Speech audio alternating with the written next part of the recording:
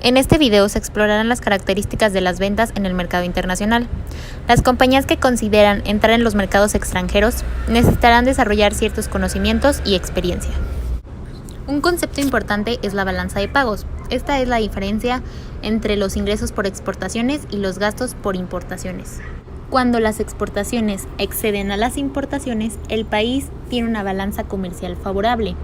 En cambio, si las importaciones exceden a las exportaciones, tiene un déficit comercial.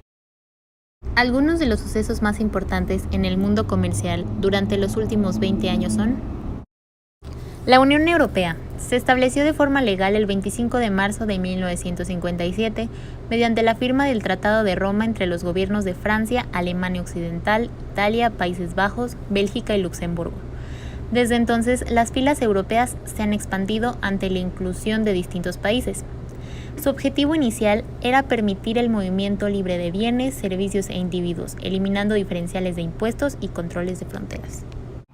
Al ingresar al mercado extranjero, algunas preguntas que deben hacerse los negocios son: ¿cómo somos vulnerables a la competencia? ¿Qué vínculos debemos formar? ¿Contamos con estructura y administración adecuada?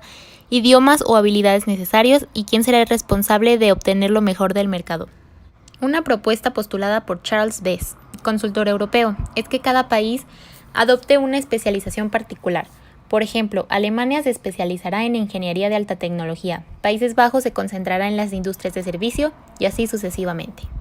La mayor parte del comercio mundial está sujeta al Acuerdo General sobre Aranceles y Comercio. Sus características son: igualdad de aranceles, países de acuerdo con cualquier cambio de condiciones, aranceles sujetos a negociación y liberalización del comercio. Europa Oriental. El colapso del comunismo provocó que muchos países ahora estén abiertos al comercio con sus vecinos y países de todo el mundo.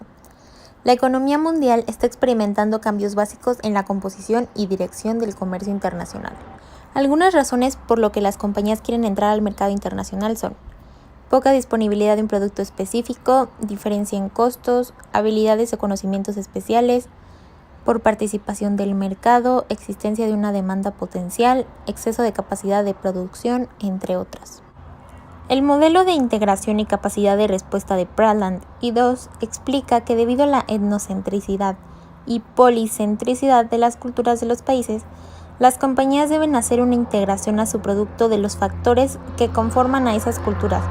De esta forma, tendrán una actuación local y un pensamiento global, provocando una capacidad de respuesta en el objetivo o público meta. Los elementos que se deben tomar en cuenta dentro de las culturas para la aceptación de un producto son: la estética. Estas son las ideas que tiene una cultura en relación con la belleza y el buen gusto, además de la apreciación del color y la forma. El exportador debe estar consciente de los efectos de sus diseños, empaques, publicidad. Religión. El exportador necesita comprender por qué los consumidores se comportan de esa forma. Las prácticas religiosas de una cultura pueden dar un panorama del comportamiento de sus miembros. Educación. Analizar la información relacionada con la educación en los mercados relevantes da a la empresa un panorama de la naturaleza y la sofisticación de los consumidores en diferentes países. Idioma. Este afecta al producto porque una traducción literal hecha por alguien no familiarizado con su profundo significado puede tener errores graves. Esto también puede afectar en pronunciación o significado. Organización social. Una de las organizaciones más importantes es la familia, y la compañía debe percatarse de que un consumidor que tiene una familia extendida significa que las decisiones de consumo se toman en el seno de una unidad más grande y de forma diferente. Factores políticos. La mayoría de los gobiernos tienen roles, ya sea reguladores o participativos, en sus economías. En India, por ejemplo, ciertos sectores de la economía están reservados exclusivamente para las empresas gubernamentales. La legislación del gobierno y la política económica pueden afectar la fijación de precios y la política de crédito de la compañía y a los productos y promociones. Actitudes y valores culturales generales.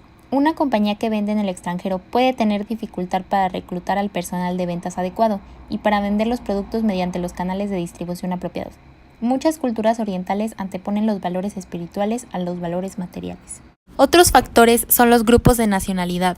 Por ejemplo, los canadienses que hablan francés e inglés, los grupos religiosos como agrupaciones de protestantes y católicos en Irlanda del Norte, las áreas geográficas, los grupos raciales, entre otros. Una compañía que sigue el concepto de marketing en el extranjero debe mantenerse al corriente de los cambios en el entorno cultural, que afectan las actitudes y los valores de las personas.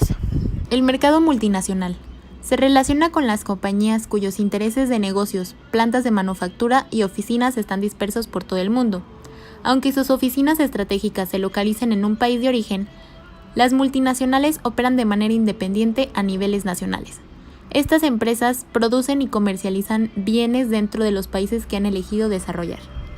Ejemplos de multinacionales son Shell, Ford, Coca-Cola, Microsoft y McDonald's. El mercado internacional cubre compañías que han tomado decisiones estratégicas para entrar en los mercados extranjeros, es decir, han hecho los cambios organizacionales y las adaptaciones apropiadas en la mezcla de marketing. La exportación está en el sencillo de la escala y el término se aplica a las compañías que ven la exportación como una actividad periférica, cuyo volumen de ventas por exportación es menor al 20%. Existen dos tipos de métodos para la venta en el mercado internacional. Son los directos y los indirectos. Intermediarios son personas y organizaciones que ofrecen el servicio de representación entre vendedores y compradores. Agentes es una empresa o un individuo que actúa en nombre de otro. La forma más común de agencia es aquella en la que los agentes actúan como operadores independientes y reciben pedidos en nombre del exportador con base en una comisión. Distribuidores compran y venden los bienes, mientras que los agentes trabajan principalmente por comisión. Un distribuidor suele ser una empresa o un individuo local y un especialista en los requerimientos del mercado local. Licencias es cuando una compañía tiene un producto o proceso único que otra compañía del extranjero desea fabricar o realizar. Entonces, esta brindará un permiso especial. Casas exportadoras son organizaciones en el país del productor que realizan algunas o todas las actividades en el extranjero en nombre del fabricante. Métodos directos para la venta en el extranjero. Compañías subsidiarias es una organización de venta o fabricación o ambas. Una subsidiaria de venta suele sustituir a los agentes y distribuidores con personal permanente de la compañía.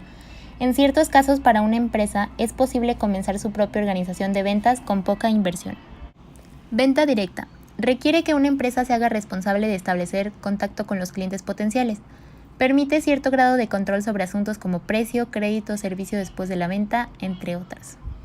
Sociedades de riesgo compartido. Se forma cuando dos o más empresas fabrican y venden productos con base en un convenio conjunto. Dichos acuerdos tienen beneficios financieros, pues se comparte el costo de desarrollo. Los aspectos a considerar en la fijación de precios son consideraciones de flete, costos de transporte, consideraciones de importación, alianzas de compra y precio de transferencia. Japón.